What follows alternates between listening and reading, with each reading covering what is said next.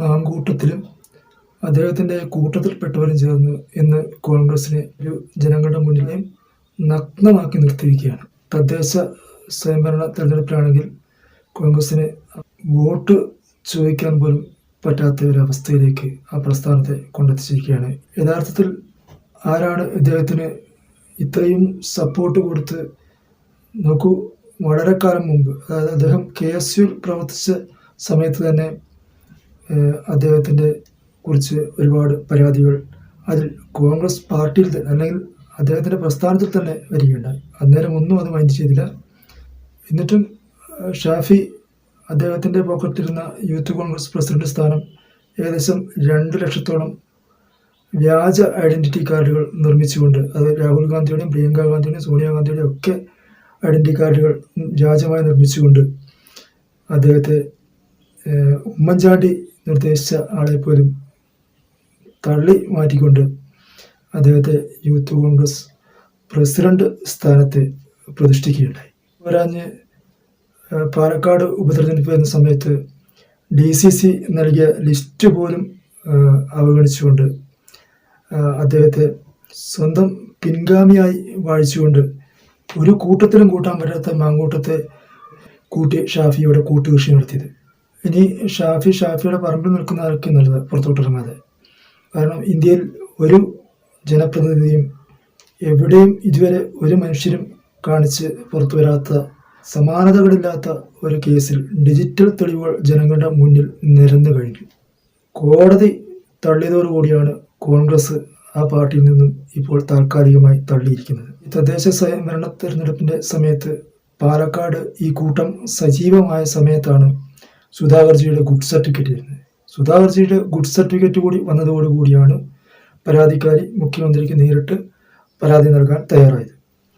അതിവൈകാരികതയുടെയും ആക്രോശങ്ങളുടെയും മൂർത്തിമദ്ഭാവമായ സുധാകരനെ പിടിച്ച് KPCC president ആക്കുന്ന സമയത്ത് തന്നെ ഞാൻ ഈ ചാനലിലൂടെ സൂചിപ്പിച്ചതാണ് അത് അപകടം ക്ഷണിച്ചു വരുത്തും എന്നത്.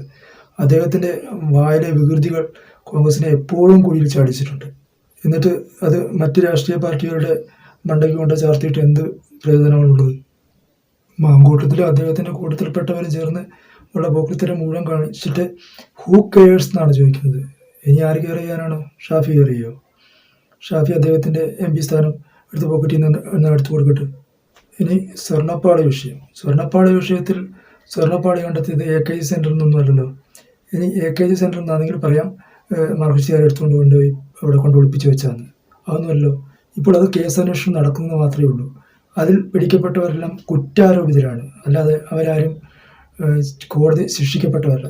കോടതി ശിക്ഷിക്കപ്പെട്ടാൽ മാത്രമേ അവർ പ്രതികളാകുന്നുള്ളൂ. പ്രതി എന്ന വാക്ക് ഉപയോഗിക്കാൻ വേണ്ടി പറ്റൂ എന്ന്, അല്ലാതെ ആരെങ്കിലും അവരെ പ്രതികൾ എന്ന് പറഞ്ഞു കഴിഞ്ഞാൽ തന്നെ അത് അവരെ പ്രതിയാക്കാനുള്ള വകുപ്പ് നിലവിലുണ്ട്.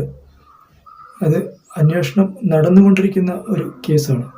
അത് CPM-ഉമായിട്ട് കൊണ്ട് കൂട്ടിമുട്ടിക്കാൻ നോക്കുന്നതിനൊന്നും അർത്ഥമൊന്നുമില്ല. കാരണം അതിൽ ED അതിനകത്ത് ഇടപെടാൻ നന്നായി ശ്രമിക്കുന്നുണ്ട്. ED ഒരു കാര്യത്തിൽ ഇടപെടണമെങ്കിൽ ഒന്നുകിൽ അവർക്ക് RSS അതിനകത്ത് പങ്കുണ്ടായിരിക്കാം. അവരെ രക്ഷിച്ചെടുക്കാൻ വേണ്ടി ED വക്രബുദ്ധിയൊക്കെ പ്രയോഗിക്കാറുണ്ട്.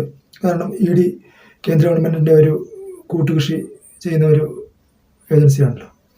സ്വർണം കൊണ്ട് സ്വർഗം കാണിക്കുന്ന ഒരു പരിപാടി എപ്പോഴും ഉപയോഗിക്കുന്ന RSS ആണ്. മുമ്പും നമ്മൾ കണ്ടിട്ടുള്ളതാണല്ലോ സ്വർണം വെച്ചുള്ള കളി. സ്വർണവും വർണ്ണവും വെച്ചുള്ള കളി അവർക്ക് കുറച്ച് കൂടുതലാണ്. അത് ഇടതുപക്ഷത്തിൻ്റെ തലയിൽ കെട്ടിവെക്കാൻ പരമാവധി അവർ ശ്രമിക്കാറുണ്ട്.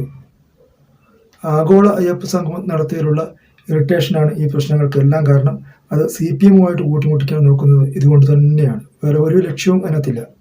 പിന്നെ ദേവസ്വം ബോർഡിൽ എന്തെങ്കിലും അഴിമതി ഉണ്ടെങ്കിൽ അത് കൃത്യമായി പുറത്തു വരണം.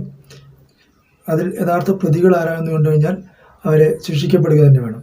അത് മാതൃകാപരമായി ശിക്ഷിക്കപ്പെടുക തന്നെ വേണം എന്നതാണ് ഈ ഭാഗത്ത് പറയാനുള്ള അഭിപ്രായം.